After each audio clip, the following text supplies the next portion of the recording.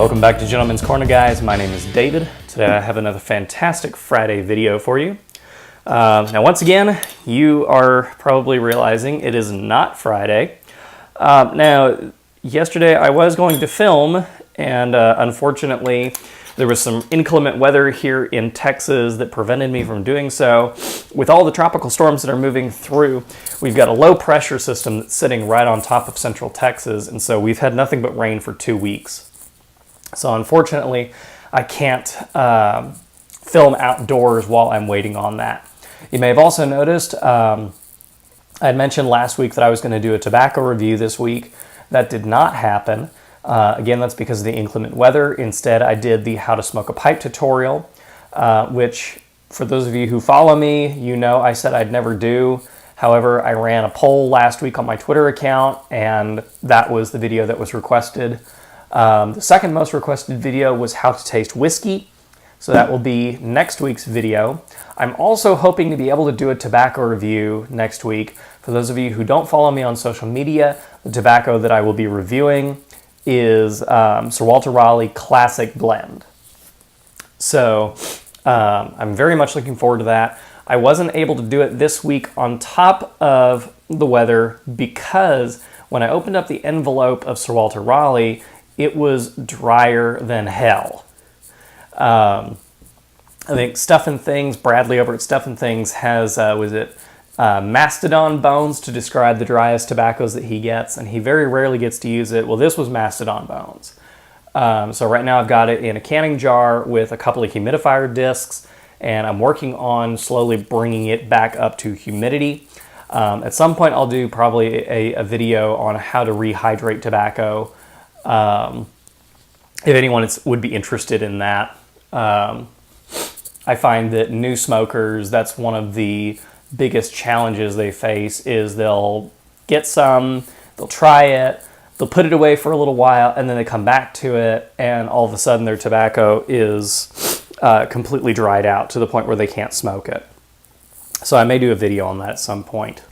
I am very happy with the results of the how to smoke a pipe video. In just the short time that it's been up, it's gotten over 100 views, which is probably one of the fastest accumulations on my channel that is related to pipe smoking. So very happy about that. So now to get to today's topic, which I'll only speak about very briefly because I don't want to get really into the weeds on this issue. There have been two smoking-related issues coming up this past week. The first, obviously, is Hurricane Florence hitting the Carolinas, where a lot of our tobacco is grown here in the U.S. My thoughts and prayers are with the tobacco growers and all of the other people that are in the path of Florence. May God be with you and protect you and your property and your crops and your livelihoods. And just know that the U.S. is standing ready to help you in the recovery. Now, the other topic that I have seen, and I actually heard about this as I was driving the other day, it was on the radio, is the FDA has now declared teen use of vaping products as epidemic levels.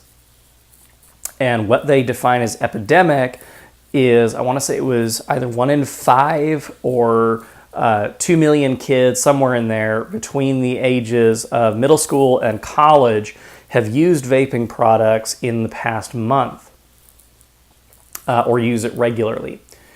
Now, I'm not going to get into all of the politics that go on either side of it. I do vape occasionally, but the people that they're regulating are the 5 main producers, including the ones that make blue e-cigarettes and Juul, which is the little like USB drive looking ones that you buy at a convenience store like Circle K, gas stations, Walgreens, things like that. So they're not really regulating main vape products, which are the big batteries with the clear tanks that you refill with the e-juice. So what they have done, and the only reason I bring this up is, to me, this is a litmus test of the way that tobacco could be regulated in the future. We've already, of course, seen the deeming regulations this past couple of years. In 2016, the deeming regulations were passed. In 2017, in August, I think they were supposed to take effect, regulating premium cigars and pipe tobacco. So the issue with vaping products is they have said, look, your products are being used at epidemic rates by teens. We are giving you, these 5 main producers, 60 days to come up with a robust plan to demonstrate to us how you are keeping your products out of the hands of teenagers.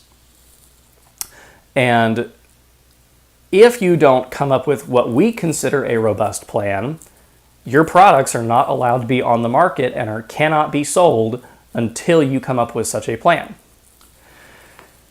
Now, this is problematic for a couple of different reasons. Number one, it shows a huge overstep by an administrative agency as to the time that they have set, just as a policy matter, to come up with these proposed regulations. 60 days just is not a lot of time. 2 months sounds like a long time, but it really isn't in the business world for anybody who is in the business world. You know, it goes by like that. The other problem is from a practical standpoint, putting together all of your data sheets, analyzing them, coming up with a proposed plan, testing the proposed plan, then going back and looking at the test results, coming up with a new plan based on those data, and then proposing it. That could take anywhere from a year to 5 years, just depending on how big your sample size is and how big your products are. So from a realistic standpoint, meeting this 60-day deadline is going to be tight. It's going to be very, very prejudicial to these companies. And I'm not going to say whether the FDA is right or wrong in doing it, but I think that it sets a dangerous precedent for the way that administrative agencies act with regards to corporations or businesses they don't like. Now, I'm not going to get much heavier into it than that, but I only bring it up as saying this is kind of a canary in a coal mine for how they may intend to regulate tobacco and premium cigars. And I've already seen this done, or not this specifically, but I've already seen a few articles, and maybe my friends in Canada who watch this channel can leave a comment in the comment section below. There was a proposal recently for Canadian imported products having to do with tobacco that mandated plain packaging, which means that say you get a box of Romeo Julietas and a box of Monte Cristos and a box of Drew Estates. And what that proposed plain packaging looks like is all of them come in a gray box with a white label in plain font that just says what it is. And I can't even begin to describe how ridiculous that is. I can't think of any other product that's regulated in that way. Could you imagine, if alcohol was regulated in that manner? Alcohol arguably has just as many adverse impacts on one's health that smoking does, or as smoking. And with premium cigars and pipes, I would argue that the impact is far less than cigarettes. But all tobacco products are evil.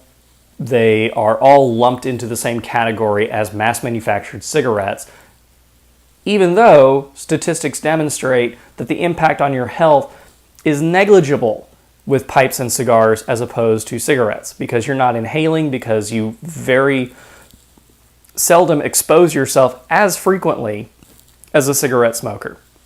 On average, this is on average, a cigar smoker will have 1 to 2 cigars a month on average. Now, of course, there are people who smoke 10, 12 cigars a day, but they are by no means the average smoker. So as opposed to people who smoke half a pack a day of cigarettes, which tends to be more common. A pack a week is not uncommon. So I think it's a little unfair to treat products that are considered, statistically speaking, not as impactful in the same manner as something that has been proven to be very impactful, despite the numbers. And to me, that's just a little bit backwards. It's a little bit lazy, in my opinion, and it's a little bit of political posturing. So I don't know. If anybody has an opinion on this, feel free to leave it in the comments section below, and I'd love to have a talk with you. I just think that it's a little ridiculous. I think it's a little hot-headed. It's kind of a knee-jerk reaction. And I think as a matter of policy, more even-handed, researched, well-founded moves should be made when you're talking about entire industries. I think that's just a better approach to politics. I think it's a better approach to policy making. And don't get me wrong, there are times where you need to have quick response. I don't think that this is one of them. Or I don't think it's been well researched enough to justify such a hardline opinion about it. So, but that's my 2 cents. That's my discussion for the day. Be looking out next week for hopefully a tobacco review for Sir Walter Raleigh Regular, and potentially a how to taste whiskey tutorial video. We'll just see how the week stacks up.